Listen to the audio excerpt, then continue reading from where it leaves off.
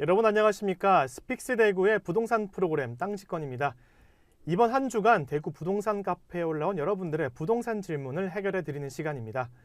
여러분들의 부동산 고민 해결사 유튜브 대구 경북 아파트 대경환님과 함께하겠습니다. 안녕하십니까? 반갑습니다. 여러분의 내 집 마련 도우미 대구 경북 아파트입니다. 네, 부동산 내놓는 시기에 대한 질문인데요. 임대인의 입장입니다. 전세 만기일이 10월 1일이면 부동산에 언제쯤 내놓는 게 좋을까요? 보통 집 구하시는 분들이 4개월 전에 보내 다니는지, 그리고 부동산 한 곳에 내놓는 게 좋을지 아니면 여러 군데 내놓는 것 차이가 있는지 궁금합니다. 네, 3개월 전에 매물을 내놓는 것이 통상적인 형태였는데요. 현재 대구의 경우에는 매도 물량이 적체되어 있는 시기이고 이것은 임차 물량 역시 마찬가지인 상황입니다. 지금 내놓으시는 것이 좋을 것 같습니다. 입지에 따라서 연락 오는 수준의 차이가 있다라는 것이 현재 상황이고요. 임차인분께서 집을 잘 보여달라고도 요청하셔야 될 것 같습니다. 집을 보고 사려고 하는 매수자들도 분명히 있을 것이고 임차인 역시 그럴 수 있습니다. 중개사무소도 한 곳에 내는 것보다 여러 군데 내는 것이 낫다라고 생각이 들고요. 그렇다고 뭐 10개, 20개씩 내라는 건 아닙니다. 단지 앞에 계신 소장님들과 대화해보고 마음에 드는 분들에게 매물을 등록해달라고 말씀해 주시면 되겠습니다. 네, 이번에는 전세 임차인의 질문인데요. 다가오는 10월에 전세가 만기됩니다. 자금 사정상 6개월에서 1년 후 자가 구매해서 나갈 예정인데요. 임대인에게 말해야 되는데 어떻게 말하면 좋을지 난감해하시네요. 이렇게 질문 주셨는데 그 댓글에 여러분들이 의견을 주셨어요. 근데 보니까 뭐 전세금 정산 후 월세로 1년 연장을 추천하는 분도 계셨고, 묵시적 갱신 후 필요한 시기에 해지, 이런 말씀을 해주신 분도 있더라고요. 근데 뭐든 정식적인 절차를 거치는 게 나을 것 같은데 대경환님께서 어떻게 좀 현명한 판단 좀 해주시면 좋을 것 같습니다. 네, 가장 먼저 확인해 봐야 될 것은 현재 임차하고 있는 단지에 전세금이 하락했는지를 보는 겁니다. 네. 2년 계약이라면 대부분의 전세가 하락했을 가능성이 매우 큰 상황입니다. 그렇기 때문에 집주인과의 소통이 상당히 중요하다고 하겠고요. 가장 좋은 방법은 앞서 말씀해 주신 것처럼 묵시적 갱신이 가장 좋습니다. 그러니까 굳이 말하지 않고 갱신을 하는 것을 묵시적 갱신이라고 얘기하는 건데요. 말하지 않고 갱신되었다가 필요한 시기에 해지할 수 있으니까 이것이 좋다라는 생각이 드는데, 만약 전세금이 하락해 있는 상황이라면 반드시 임대인과 소통이 필요합니다. 만약 집주인이 갱신을 먼저 요구한다라고 한다면 계약갱신 청구권을 요청하시거나 기간 연장을 소통해 보시면 좋을 것 같습니다. 법적인 부분을 먼저 이야기하는 것보다 임대인과 소통을 하는 것이 먼저라고 강조드리고 싶습니다. 네, 다음 질문으로는 수성구에서도 입지가 아주 좋은 곳에 관한 질문인데요.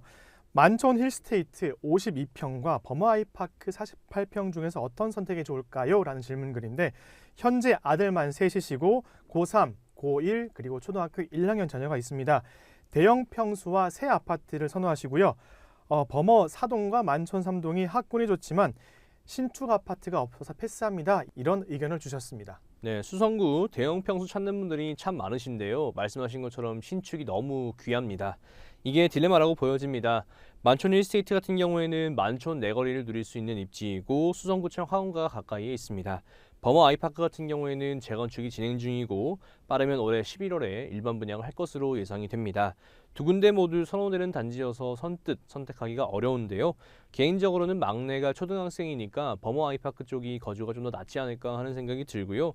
막내가 초등학교 관계없이 희생해준다라고 한다면 큰 아이들 학원을 위해서 만촌 힐스테이트 선택하는 것도 좋겠습니다. 네, 수성구에 거주하시는 4, 5인 가족이 많다 보니까 그분들께는 아주 좋은 그런 의견일 것 같습니다. 수성구로 이사 계획을 세우신 분의 질문인데요. 동네마다 느낌이 다르고 만족스러우면 뭐 하나가 부족하고 이런 상황이라고 하십니다. 이 질문자의 상황은 초등학생 저학년 남아가 있고 3호선으로 출퇴근을 하고, 그리고 금액은 6억 원대로 생활하고 있습니다. 고려 사항으로는 남자 자녀 학생의 학군, 그리고 3호선 위주의 교통, 그리고 신천 등 산책 가능한 공원, 이런 것들을 생각하고 계신데, 후보군으로 이편한 세상 버머, 그리고 황금 롯데캐슬 1단지와 4단지, 이렇게 질문 글을 주셨는데 제가 아주 인상 깊게 봤던 질문이에요. 완전 아파트에 대한 상세한 설명까지 다 해주셨더라고요. 그래서 이거 봤을 때 아마 마음속에 정한 곳은 있는데 확신이 들지 않아서 이런 질문글을 올리신 것 같아요. 그래서 그분께 한마디 부탁드리겠습니다. 네, 얼른 행동을 옮기시면 좋을 것 같습니다. 적어주신 단지들 중에서는 롯데캐슬 더 퍼스트가 가장 좋아 보입니다. 지금 금액이 연초 대비 15% 이상 상승한 상황이고요. 지난 주말에도 이 두 단지는 참 찾으시는 분들이 많았다 생각이 듭니다. 좋은 라인 같은 경우에는 6억 후반에서 7억을 바라보고 있는 상황입니다. 예산을 오버하게 되실 것 같아서 행동을 빨리 움직이시는 게 좋을 것 같다라고 말씀을 드렸고요. 롯데캐슬 더 퍼스트나 버머 2편안 같은 경우에는 바닥은 이미 다진 것 같다 판단이 듭니다.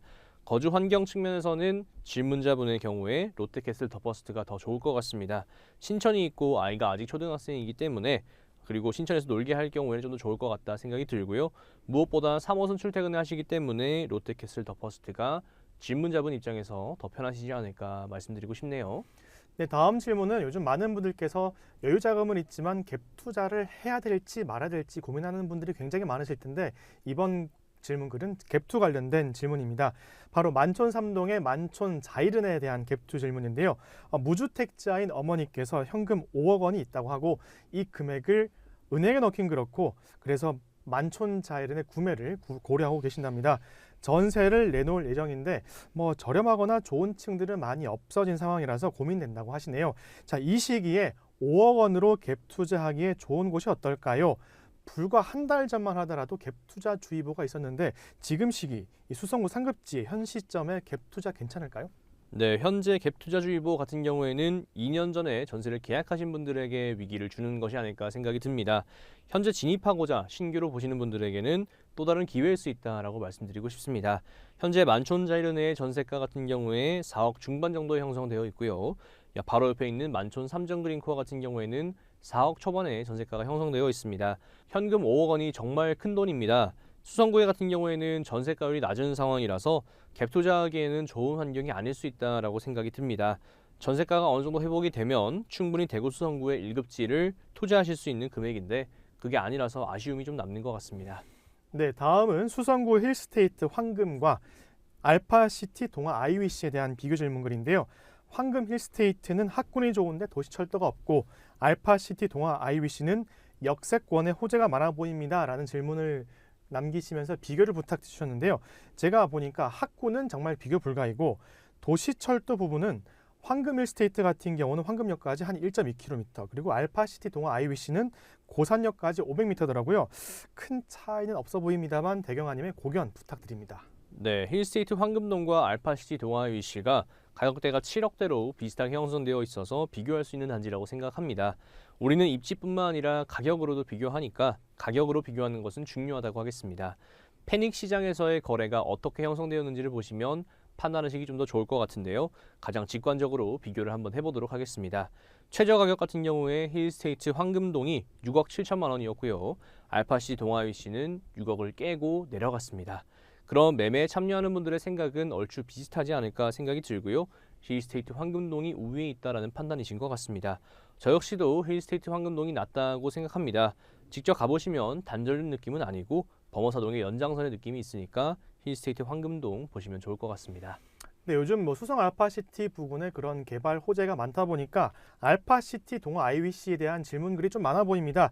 이번에는 중동에 있는 골드크래스와의 비교 질문인데요. 알파시티 동아 IWC는 26평으로 넓게 빠진 형태이고 중동 골드클래스는 국민평형 32평형입니다. 자녀는 어린데 뭐 실거주, 투자, 학군으로 봤을 때 어느 아파트가 좋을지 추천 부탁드리도록 하겠습니다. 네. 같은 평형으로 비교하면 좋을 텐데 알파시티 동아 IWC는 전용 5구를 적어주신 거 보니까 금액이 조금 모자라신 게 아닐까 생각이 듭니다. 예산이 6억 미만에 맞춰져 있으신 것 같고요. 두 단지를 놓고 비교하면 조금 어려움이 있습니다. 실거주와 투자의 초점이 다르게 적용된다라고 생각을 하고 있습니다. 알파시티 동아 IWC 같은 경우에는 수성 알파시티의 발전의 힘을 그대로 받을 수 있는 단지라고 생각합니다. 중동 같은 경우에는 현재 가격이 저평가되어 있고 입주가 몰려있기 때문에 가격적인 메리트가 있다라고 보고 있습니다. 자녀가 있다고 하시면 그래도 국민평수를 선택하시는 것이 맞지 않을까 생각이 들고 수성 알파시티 동아 IWC의 26평보다는 중동 골드클래스의 33평이 좋을 것 같습니다. 네, 다음은 친정 부모님이 어떤 부동산을 선택하면 좋을지에 대한 그런 질문글이었는데요. 현재 부모님께서는 구축 33평형에 아주 만족하면서 살고 계신다고 합니다. 노후 대비가 안 되는 편이라 신축 아파트를 구매해서 나중에 월세를 받고 살면 어떨지 싶네요. 아직 일하고 계셔서 부족한 금액은 대출을 받을 예정입니다. 또 그 신축으로 주택연금을 받으면 어떨까도 생각 중이시네요.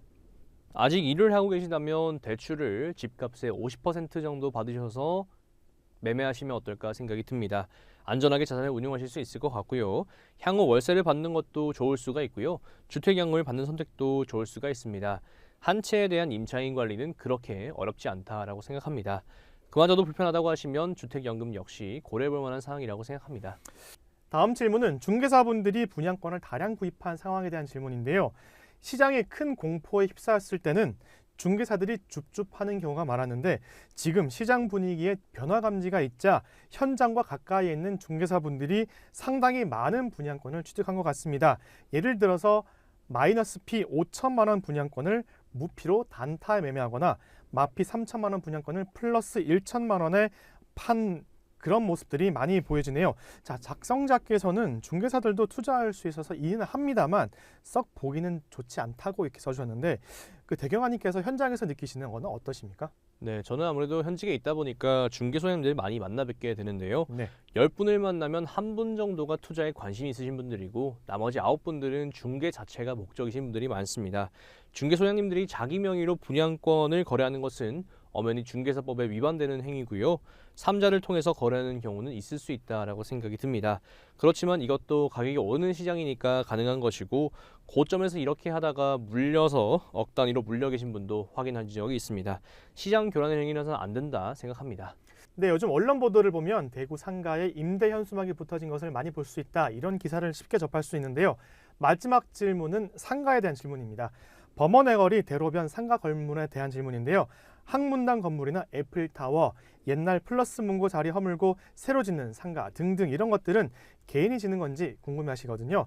자, 한 칸만 분양도 가능한지 궁금해하시는데 애플타워는 한 층만 원장이 사서 운영했다 이런 이야기도 들은 것 같습니다. 이런 상가 분양 어떻게 알아보시나요? 네, 보통 상가 건물을 짓는 일은 법인에서 하는 일이라고 보여집니다. 개인 단위로는 쉽지 않고요. 개인끼리 자금을 모아서 짓는다고 하더라도 법인은 설립해서 짓는 경우가 많습니다. 수익 배분에 문제가 생기기 때문에 법인으로 운영한다라고 보시면 되겠고요. 상가 분양 같은 경우에는 인근의 중개 소장님들이나 길거리에 플랜카드로 홍보하는 경우가 많다 생각됩니다. 네, 오늘 부동산 프로그램 땅지권에서는 여러분들이 궁금해하시는 부동산 질문에 대한 해결을 해드렸습니다. 오늘 방송이 참 유익한 것 같습니다. 전세, 임차, 임대인 입장, 그리고 4, 5인 가족의 입장, 그리고 부모님을 위한 입장 이런 것들이 많아서 여러분들께 큰 도움 될 것 같습니다. 오늘 땅지권도 대경아님과 함께했습니다. 감사합니다.